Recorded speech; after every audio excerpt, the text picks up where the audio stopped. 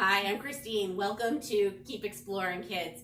On our channel, we are going to share some great videos that help families get together, get outside, and play.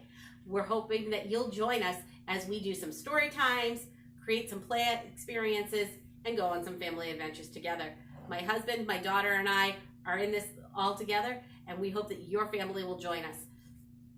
If you like our videos, we hope that you'll give us a big thumbs up, hit subscribe, and of course, hit that bell notification so that you're notified every time we post a brand new video. Hey everybody, today's story is one of my all-time favorites. Now this book might be a little hard to find. I do think that we saw some links to it on Facebook or on Amazon, but they were pretty expensive. So I'm sharing with you Cringleroot's Guide to Walking in Wild Places by Jim Arnosky.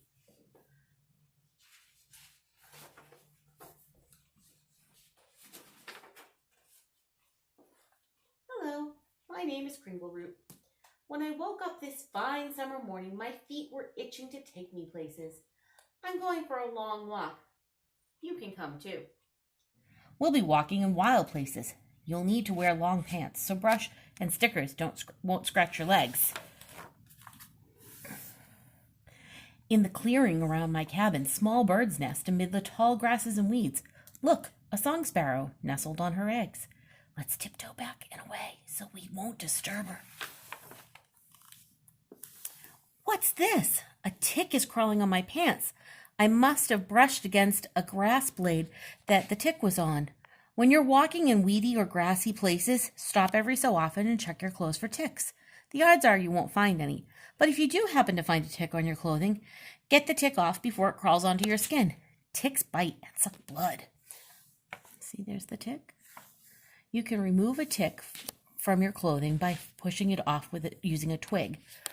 On longer hikes away from home, I carry tweezers for removing any ticks I find on my skin. About ticks. Ticks have eight legs and flat, hard bodies. Ticks cling to plants and extend their forelegs to seize the passing host. Mice, deer, pets, and cattle are common tick hosts. Ticks in the woods, fields, lawns, flower beds. Ticks are in woods, fields, lawns, flower beds, and gardens. Ticks are the most numerous in tall grass. Ticks carry and can transmit diseases causing organisms. Let's try that again. Ticks carry and can transmit disease-causing organisms. Ticks cannot fly. Most do not jump. You must brush against a tick for it to get onto you. Various ticks shown larger than life. Silhouettes show the tick's actual size. Dog tick, wood tick, deer tick, or Lyme tick. This is the one that we usually say carries Lyme disease. Deer ticks, which carry Lyme disease, is no bigger than a pinhead. Look at how tiny it is. Precautions against ticks. Wear a hat and long pants. When walking in the tall grass, tuck your pants cuffs into your socks. You can pick up a tick from your pet. Be sure to protect your pet with tick-repelling collars. Use insect repellent. Put it on your neck, behind your ears, on your wrists and ankles. Stay to cleared trails and mowed paths. After an outing, ask someone to check your hair for ticks. You can check your body by yourself. Especially check your armpits and groin area. Here's a nice clear path beside the brook. Listening to the running stream, the water sounds remind me of friendly people chatting or children laughing and having fun. There are fragrant ferns growing along the stream. These ferns smell like freshly mowed hay. They are called hay-scented ferns. Wherever you walk, except in desert areas, you're likely to find ferns growing along the trails. Here are 5 common species of ferns for you to look for. Christmas fern, 36 inches long. Sensitive fern, 12 inches long. Bracken, 36 inches tall. 3 branches there. Maidenhair, spleenwort, 5 inches long, or the longer ebony spleenwort, 15 inches long, and cinnamon fern, 36 inches tall. And it's got these little like offshoots that kind of look like cinnamon sticks. Follow a brook. Every bend in the stream leads to a fresh new place. Here, where the brook is shaded by trees, the air is cool and damp. You tread on the fallen leaves and pine needles, thick patches of green moss carpet parts of the trail, and cover the tops of stream boulders. I never wade in the water that looks discolored or oily. It could be polluted or littered with broken glass or rusty metal.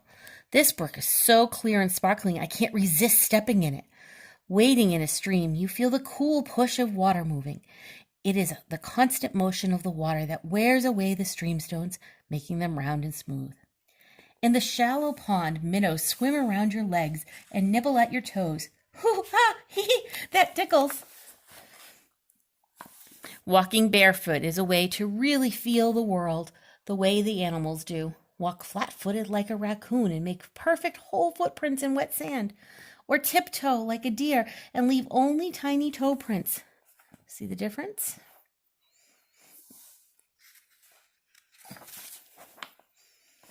When I'm walking barefoot, I find all sorts of wonderful things because I look at the ground carefully before each step. Here's a blue jay feather.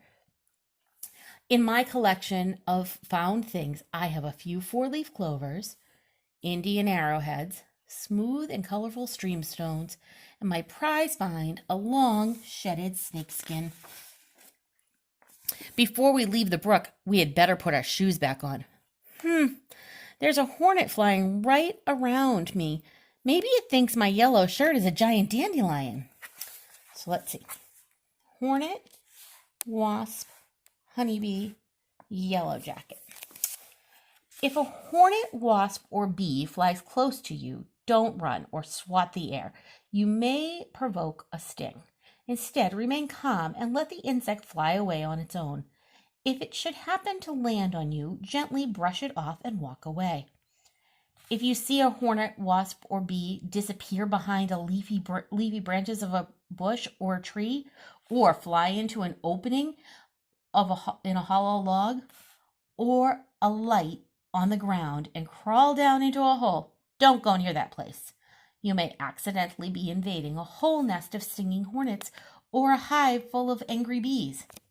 Even I am careful about that, and I was born in a tree and raised by bees. Rock can be fun to climb and walk over as long as it isn't too slippery. Big boulders like this one that are out in the open and kept clean by rains and cleared by wind, they look bare and bald. But in the crevices where wind-blown dust and other debris collect, soil is created. And in that thin layer of soil, tiny plants and seedling trees grow. There's a miniature forest in this crack. At the edge of the woods, plants grow in tangled thickets. You have to search for a gap in the greenery to walk through. Step back. There is a patch of poison ivy. It grows in sunny places along the borders of woods and streams, on the roadsides, and around old buildings. Poison ivy, poison oak, and poison sumac all have oil on them, which if rubbed on your skin can cause an itching, awful rash. Poison ivy and oak turn red in the autumn. This one's poison ivy. Poison oak has more of an oval, oak-like leaf. Both poison ivy and poison oak have glossy leaves that grow in clusters of 3. So be safe. Remember the old saying, leaflets 3, let it be. Unlike non-poisonous sumacs, which have toothed leaves, the leaves of the poison sumac are not toothed. In the autumn, leaves of all sumacs turn scarlet, which is another word for red.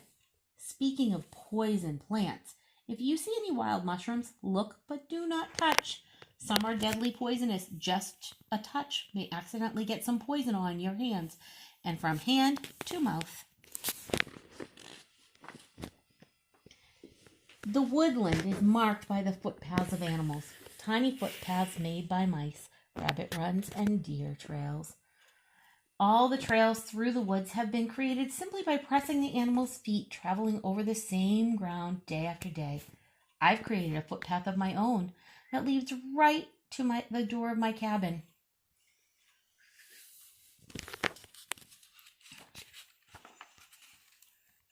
After a day outdoors walking in the fields and woods, climbing over rock, wading in water, my feet deserve a warm bath and a pair of soft slipper socks.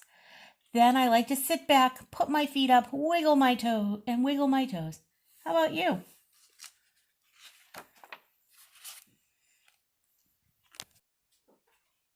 And that, my friends, is Cringleroot's Guide to Walking in Wild Places. Now, this was us going on a virtual walk and learning a little bit about nature on the way. I know that going for some walks in the woods might be a challenge right now, but that's okay. We can take a pail or a bowl or a bag with us on our walk, and we can collect things. We can collect wonderful nature treasures, just like Cringleroot did. Remember, he told us he had 4-leaf clovers and arrowheads and colorful rocks and even a snakeskin. I wonder what wonderful, marvelous treasures you can collect on your walk. And if you can, try walking in some wild places. Maybe visit a new park or get out onto some trails in the woods with your family, of course. We don't want to go out by ourselves. But if you can't, look around and see what marvelous treasures you can find even just in your own backyard or in your neighborhood with your family. I hope you have a great afternoon, a great day, and keep exploring, kids.